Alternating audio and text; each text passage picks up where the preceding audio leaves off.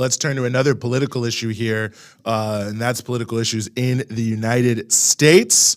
I don't even really know what to call what happened in the House of Representatives, the many rounds of voting. But before I do too much editorializing, are happy to be joined, I should say, by the editor-in-chief of Breakthrough News, Ben Becker, to help us break this all down.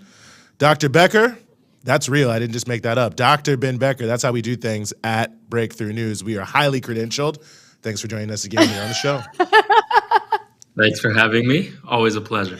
Of course. I just don't want anyone to think we're bringing in bootleg guests here. You know what I'm saying? We got top Only journalists from Nigeria. We got PhD geniuses from America. We're bringing it all in. So Ben, I mean, better say something smart now. Wow. Yeah, we just raised the bar. It's a lot of high pressure over here. Well, listen, no matter what you say, you will be able to clear the bar of probably anyone in Congress. I mean, the Kabuki theater situation with Kevin McCarthy, the 15 rounds to become speaker. I mean, obviously that drama was what a lot of people were looking at. But I mean, I'm curious what you're taking from it, because now that he is installed in the speaker, the issue is turning to the politics, of course, of the House and their interactions with the Senate and the White House. So, I mean, is it, some people are saying this is like a heralding the breakdown of U.S. democracy. Some people are saying it's not a big deal. How are you looking at this entrance of this new Congress? I think people did overstate it. I mean, there were people who were like, the sky is falling and there's chaos on earth because the House of Representatives doesn't have a speaker for a few days. I think there were others who were enjoying the spectacle of it, myself included, I must admit. I mean, there's something kind of delightful about seeing these far-right politicians, just floundering, unable to succeed, where, McCarthy several times thought he had the votes and he was like actually surprised. So there was an element of suspense that was actually built in for the first time, in a long time. There's like real suspense in the House of Representatives. Like, are they actually going to get this done? People started spinning out crazy scenarios about how not even members of the House of Representatives can become the speaker. So like, I don't know, maybe Donald Trump jumps up and says he wants to be the Speaker of the House or something. I mean, who knows what was going to happen? So I understand the sort of spectacle of it, but I do think that a lot has been lost in purely focusing on the spectacle of it. And I do think there is significance to what transpired.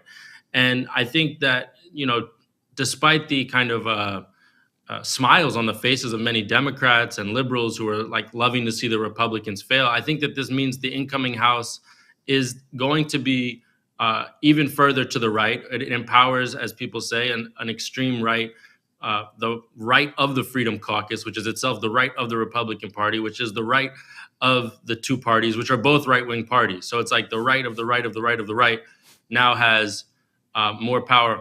Now, that's not entirely exceptional in many parliamentary democracies around the world where, when you have slim majorities, that means that fringe groups can often have a lot of power in the formation of government. So it's nothing that crazy in the grand scheme of things.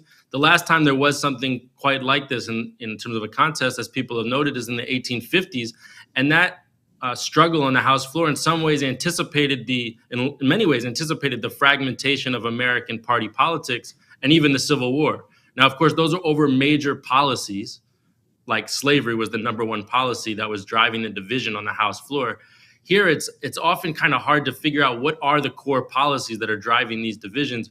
Both parties seem to be completely devoted to a war agenda, to a corporate agenda. And that leaves people feeling somewhat, I think, passive, almost like you're rooting for a team, but you're not really rooting for a particular policy. And it's hard to say sometimes what the actual stakes are in terms of what were the concessions, for instance, that McCarthy gave up to finally get to 218 votes, which was necessary for him to win. So, Ben, what were the concessions? And I guess here the question becomes, it did seem like this was like an inter-Republican fight, right? Like it was between the Republican Party, and it seemed like this sort of like small group of these like extreme MAGA Republicans. But it is confusing because versus who? Because it's not like there's some anti-Trump coalition among the Republicans on the rest of the end here. Were there any concessions? And then I would add to that, just to bring this in, I saw some people trying to make the point that this is actually what progressive Democrats should be doing within their party, when it comes to trying to use the leverage of, let's say, the progressives, the squad, using their leverage the way the extreme right-wingers did. And I'm curious if you even think that's possible to do, since it's not even clear. I still don't quite understand what this was about. Okay. Well, there's a few concessions that are obvious, and the number one is about changes to the rules. Nancy Pelosi, as Speaker, made it so that you would need five votes to basically have a vote of no confidence and potentially recall the Speaker. Under the new rules that McCarthy gave up, it could be just one member can basically reopen the question of who's the Speaker of the House. Now, that might seem extreme. In fact, it actually was the rules for many years prior to Pelosi's change. So it's not that huge of a change, and it actually is what brought down previous Republican speakers of the House. So in some ways, you could consider it a continuation of the early 2010s, when actually you did have a far-right caucus in the Republican Party, which was very much empowered, very much driving the agenda, and had the ability to take down the Republican leadership. So you could say that Matt Gaetz and the others were trying to basically reclaim that power that they would have potentially lost if the old rules were in place. The, I think, more substantive debate for the working class, for the tens of millions of people who are not millionaires or lobbyists and aren't basically doing business on Capitol Hill, I think the bigger question is whether major budget concessions were granted. So, for instance, if the far right, the Freedom Caucus, and I think that really speaks for large sections of the Republican Party on this issue of the budget, if they say we're not going to raise the debt limit, meaning we threaten to shut the government down by having, by basically refusing to pay the existing bills of the government, unless there are cuts to social spending. And this was essentially the same mechanism, the same maneuver that was used in the early 2010s by the Republican Party to create, under the Obama administration, what was called the sequester, the budget sequestration policy, which is like automated neoliberalism, where you say if we hit certain thresholds of spending or debt, then then there's going to be across the board spending cuts, and that really means cuts to healthcare, to education, to veterans benefits, to transportation, to parks, to scientific research, who knows what. So for those who are devoted to really shrinking the size of government, shrinking government programs, there's been discussion about attacks on food stamps, which are part of the Farm Bill, which is going to come up next fall. So I think there is an austerity agenda that's behind all this. They are playing around with defense spending too, which I think also sort of sparks the interest of any anti-war forces, because some of these same far-right forces are saying we need to open the debate about Ukraine weapons spending or even broader defense spending. I think they're really speaking about those issues completely demagogically, but it's their way of saying we're for across-the-board cuts to discretionary spending. But the real golden goose, the thing they really want to do, is go after the big social spending. And when you think about it, if you take a step back from that, this whole idea that the government's like totally in debt, okay, true. Why is it totally in debt? And how do we frame that? We can't forget that it was these same far-right Republicans who were backing the Trump tax cuts that led to huge increases in the amount of debt, because basically corporations and the ultra-rich were not being taxed anymore. So, of course, there is a debt problem that's been manufactured by that same faction, who then, once they get back into power, say, well, look at how we're overspending, we have to have a balanced budget and so forth. But balanced budgets are always code words for major attacks on social spending, all the hard-fought reforms that people have won over the years. Yeah, no, so much obfuscation on that issue for absolute certain. I mean, to some degree, U.S. deficit spending is what allows capitalism in the United States to prosper on a worldwide scale. But that's a whole other question and a whole other issue. But no, I think the point you're making is correct. I mean, I've seen today, obviously, McCarthy's office and others, the possibility of cutting Social Security, cutting Medicare, all these other pieces. It just seems so absurd. Getting rid of all corporate taxes is something they say that they may actually hold a just demonstration vote on, so to speak. But, one thing I also just want to speak to here, though, is, you said your earlier phrase I thought was correct, the right of the right of the right of the right, is, the Democrats are, in many ways facilitating this shift to the right by maintaining their own view of this quote unquote, big tent thing. And one thing I saw today in Politico is that Gary Peters, is Democratic senator from Michigan, who is the head of the Democratic Senatorial Campaign Committee, that his number one goal is to make sure that Joe Manchin and John Tester run for re-election. Now, of course, John Tester is not as obstructionist as Joe Manchin, but we saw that essentially, there was almost a collusion between the conservative Democrats and the entire Republican Party to put the screws on to the Biden administration and their Build Back Better agenda. And that's not to be, super praising them, but it does really feel like we're about to enter an even worse phase of what we've seen since 2020 of the real majority in Congress, which is really this conservative pro-capitalist bloc having even more control, despite the fact that I think, for some people it feels like, with split government, that means the two sides will kind of balance each other out. But I don't think it really plays out that way ideologically. Joe Biden is a conservative Democrat. We have to remember he was the Joe Manchin for so many decades. So that's split government. I mean, they're speaking his language right now in terms of who he truly is, to the extent he truly is anyone at this point. But I think that's who he really is.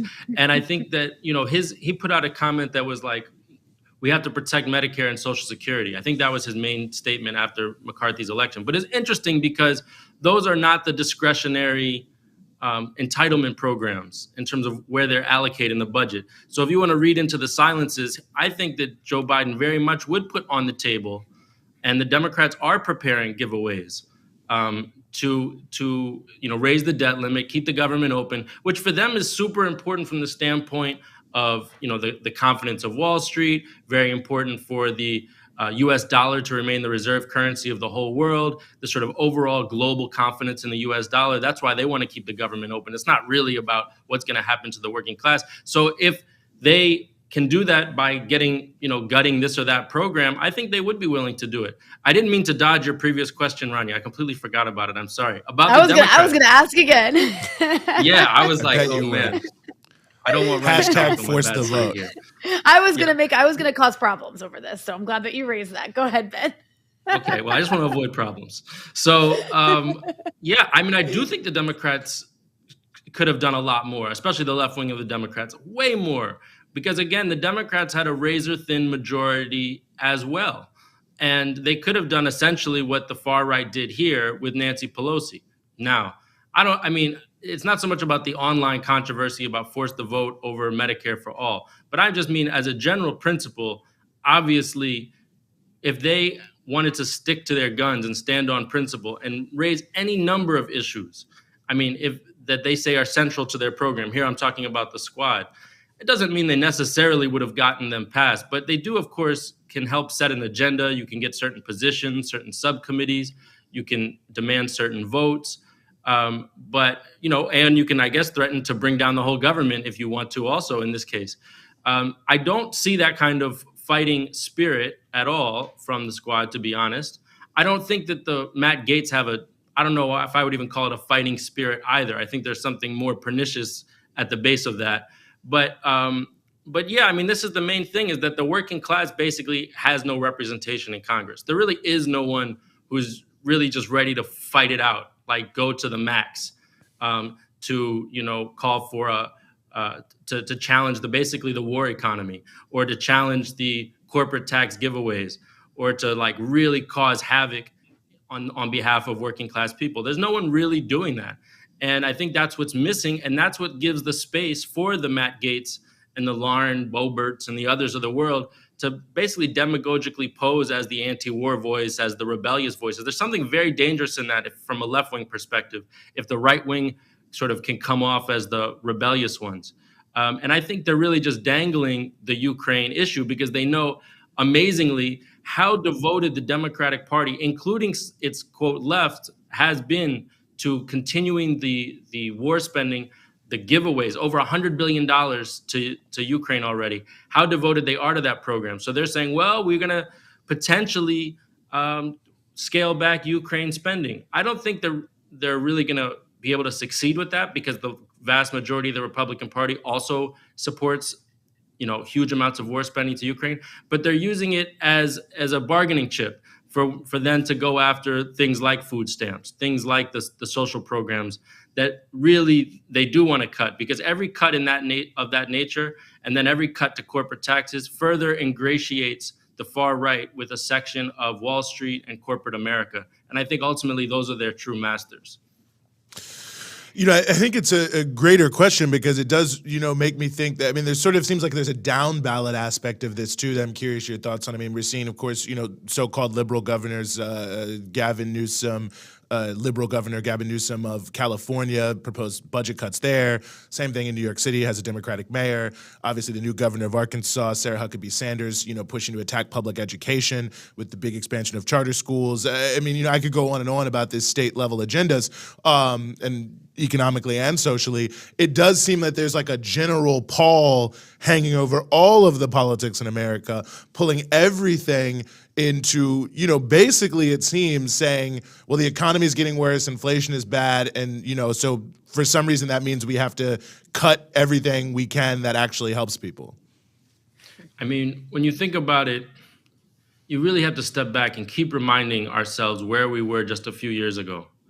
35 million people in the streets against racism and against police brutality.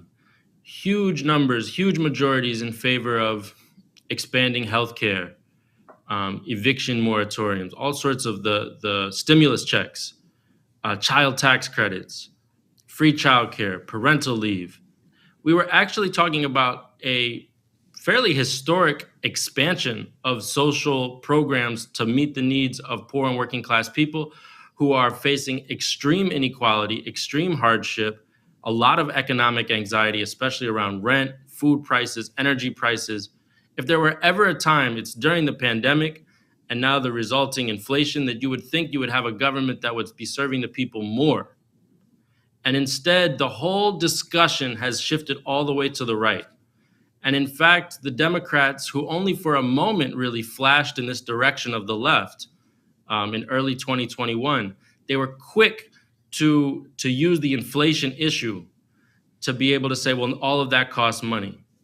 And when you think about what they're trying to do, what the right wing is trying to do by making budget cuts, they're basically saying everything that the government provided for in 2020 and 2021 added to the debt.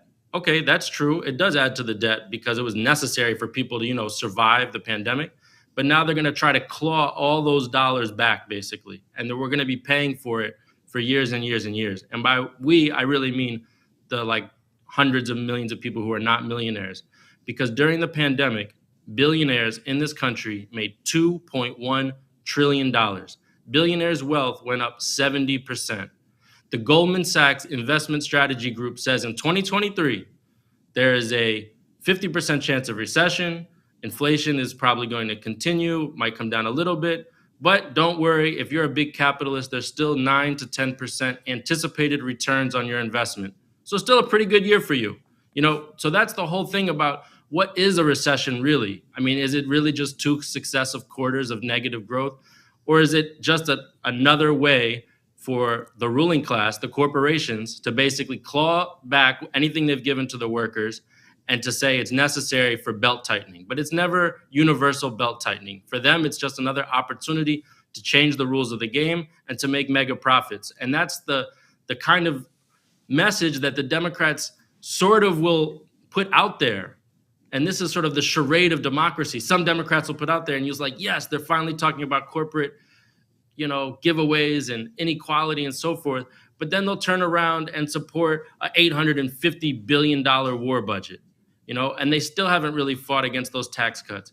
And so that's why the House of Representatives controversy feels so shallow, is that it's almost like the charade of democracy. It's here you feel like maybe this grouping or that grouping is giving voice to your grievances, but they're not achieving anything. And then in the long run, things keep tilting further and further back to the right. And so all that left-wing momentum from 2020, 2021 has essentially evaporated. And it's the Joe Manchin, Joe Bidens, Matt Gaetz, Kevin McCarthy, the Jim Jordans, all of these basically right-wing figures of different types that are driving the agenda. Even while the majority of this population, I would say, is moving in a left-wing direction. Well, a lot to explore there and a lot that we will continue to explore as we move throughout the year here in U.S. politics. And thanks again, Dr. Ben Becker, Editor-in-Chief. Rania, did I cause any problems? Or are we okay? No. You're off the hook. We're all good. No problems. Well, I'm not in the chat, so I actually don't want to speak for that. Other people That's all may I have ever wanted. Thanks, problems. guys.